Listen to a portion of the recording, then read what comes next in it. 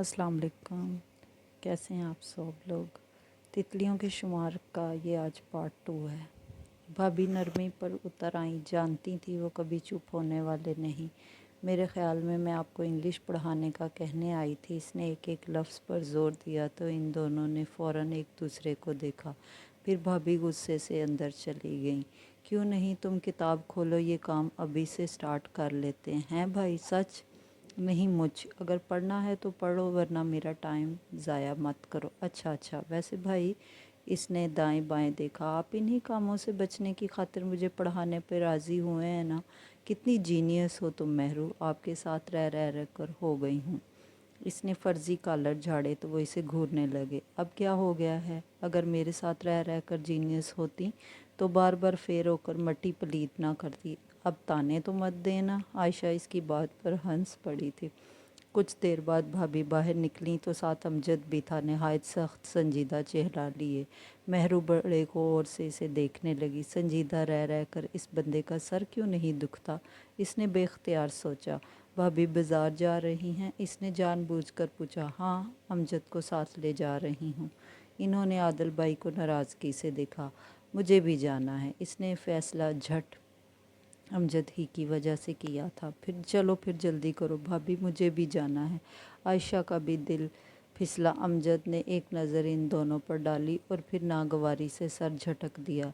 भाभी, आपने आधे घंटे के लिए मुझे कहा है, याद रखें मैं आधे घंटे बाद वापस आ जाऊंगा, चाहे आपने एक भी चीज़ ना ख़रीदी हो। वो नहायत संजीदगी से बोला तो इन दोनों के मुंह बन गए। साफ जाहिर था वो इन दोनों को साथ नहीं ले जाना चाह रहा। ओ मेरे भाई, इतना तपे क्यों रहते हो तुम, रहने दो, मैं जाता हूँ। आदिल मुस्कुराते हुए उठ खड़े हुए। ठीक है। तीसरा लफ्ज़ कहे बगैर वो वापस पलट गया। मेहरू के दिल के फूल मुरझा कर रह गए। मुझे नहीं जाना। चलो आयशा, हमारे यहाँ चलते हैं। कुछ ही लम्हों में वो अफसुर्दा हो चुकी थी। आयशा का हाथ खींचती वहाँ से निकल आई।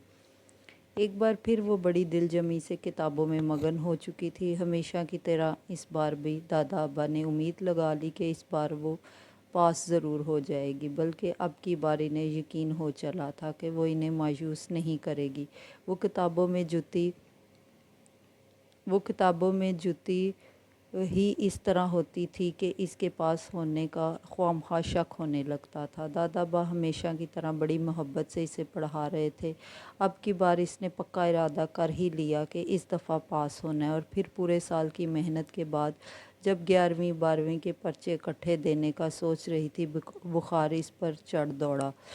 सारे बहाने हैं बहाने, अब भी फेल ही होना है, इसीलिए इसने पहले का पक्का पक्का मंसूबा बना रखा है। अम्मा तो खड़कते पत्ते का हाल जान जाती थी, ये तो फिर मेहरू थी। आदिल भाई पहले से ज़्यादा इस पर तवज्जो देने लगे। दादा अब्बा ने पढ़ा पढ़ा कर दिन रात एक कर इसका आखिरी पेपर था। दादा अब्बा घर पे ना थे। पहले तो वो अकेले में पढ़ती रही, फिर किताब उठाकर आदिल भाई की तरफ आ गई। आदिल भाई भाभी के मेके गए हुए थे। आयशा अपनी किताबों में खोई हुई थी। इसने कुछ भी समझाने से साफ इनकार कर दे, इसे खूब वाकिफ़ थी, इसीलिए इसके कहने से पहले ही इसने हरी झंडी दिखा दी। बीए का क्या कर लिया, ख़ुद को बड़ी शय समझने लगी है। नहीं पढ़ाती ना पढ़ा, वो वहीं फसकड़ा मार कर बैठ गई। वो नकचिड़े साहब किधर हैं। कुछ देर बाद इसने पूछ लिया। क्यों, क्या तकलीफ़? आयशा न जाने क्यों इससे नाराज़ नाराज़ सी लग रही थी। कुछ देर वो यूं ही किताब को घूरती रही, फिर उकता कर किचन में चाय बनाने चली गई। अभी दरवाजे पे ही पहुंची थी कि इसे अंदर से किसी की पुश्त नज़र आई। वो जान गई कि वो कौन है। इससे पहले कि वो वापस पलटती, वो पीछे मुड़कर इसे देखने लगा। अस्सलाम वालेकुम, इसने सलाम झाड़ा। वो सर के इशारे से सलाम का जवाब देता पीछे पलट कर बर्नर बंद करने लगा। शायद वो अपने लिए चाय बनाने के लिए आया था। मैं भी चाय ही बनाने आई थी। अब वो वापस तो पलट नहीं सकती थी, सो मजबूरन आगे बढ़ आई।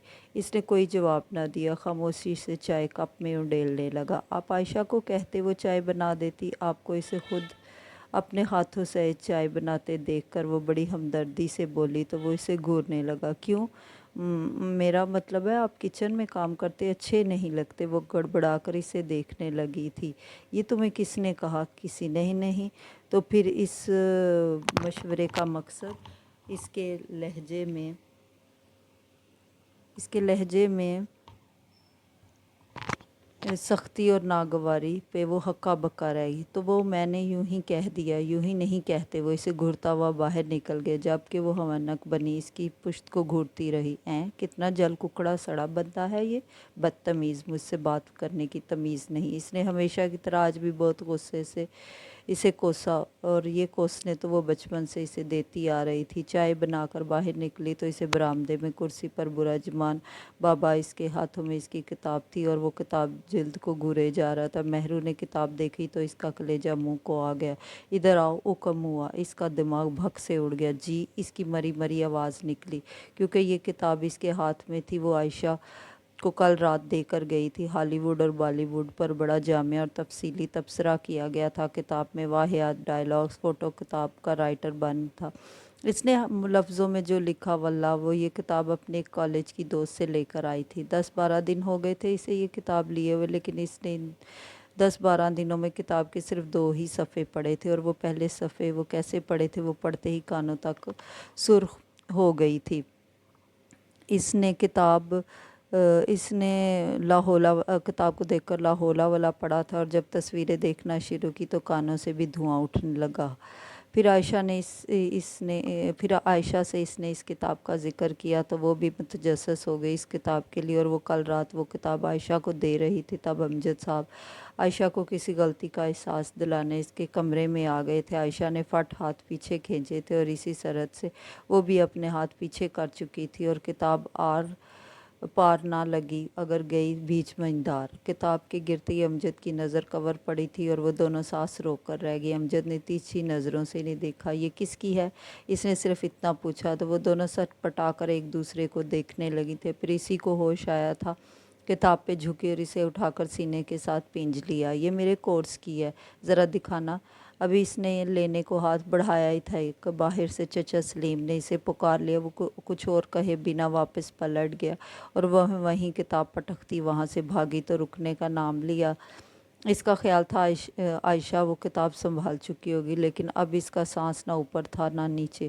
وہ پھٹی پھٹی نگاہوں سے اس کا سرخ پڑتا چہرہ دیکھ رہی تھی۔ میں نے تمہیں اپنے پاس بلایا ہے۔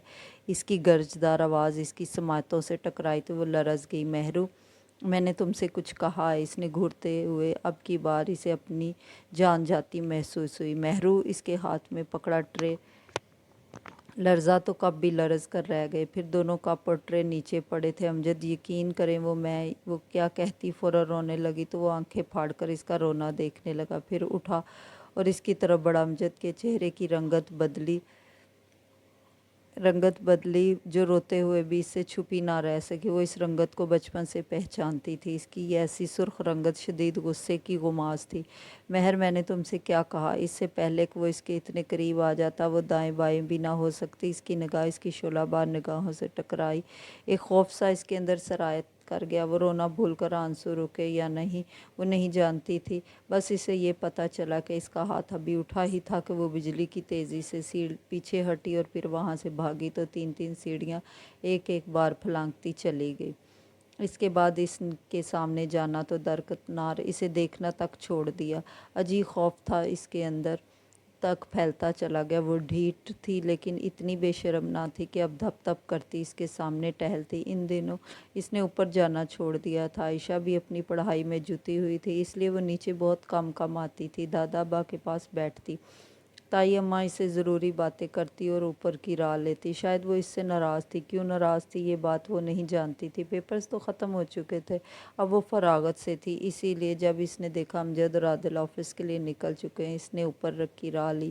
جناب کدھر ہیں آپ سب؟ برآمدے میں پہنچ کر اس نے مشترکہ طور پر سب کو آواز دی۔ بھابی نے کچن سے جواب دیا تو وہ کچن کی طرف بڑھ گئی۔ کچن میں عائشہ ناشتہ کرنے میں مصروف تھی۔ ہیلو ڈیئر، کیسی ہو؟ اس نے بڑی ترنگ میں آ کر پیچھے سے اس کے گلے میں اپنی باہیں ڈال کر اس کے گال سے اپنا گال مس کیا، لیکن توقع کے خلاف اس نے اس کے پیار کا کوئی جواب نہ دیا تو وہ مشکوک سی ہو گئی۔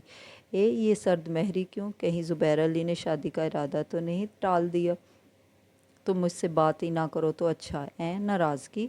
हाँ नाराज़गी। भाभी हंस दी तो वो आयशा का नाराज़गी भरा चेहरा देखने लगी। पर क्यों? ये तुम इसी से पूछो। भाभी ने इसके लिए चाय कप में डालकर कप इसके सामने रखा। ये बोलना क्या हुआ है? भाभी बाहर गई तो वो दोबारा से इससे पूछने लगी। ये पूछ क्या नहीं हुआ? आयशा गुस्से से तड़की। अच्छा यही बता दो। इसके आराम से कहने पर वो इसे घूरने लगी। वो वाहिया किताब तुम वहाँ यहाँ फेंक कर क्यों गई थी?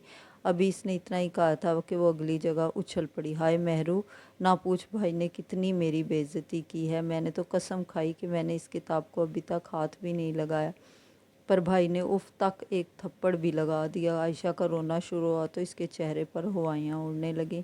हैं सच? ए मेहरू, अब तू नहीं बच सकती। यकीन मान वो तेरा कचूमर निकाल छोड़ेंगे।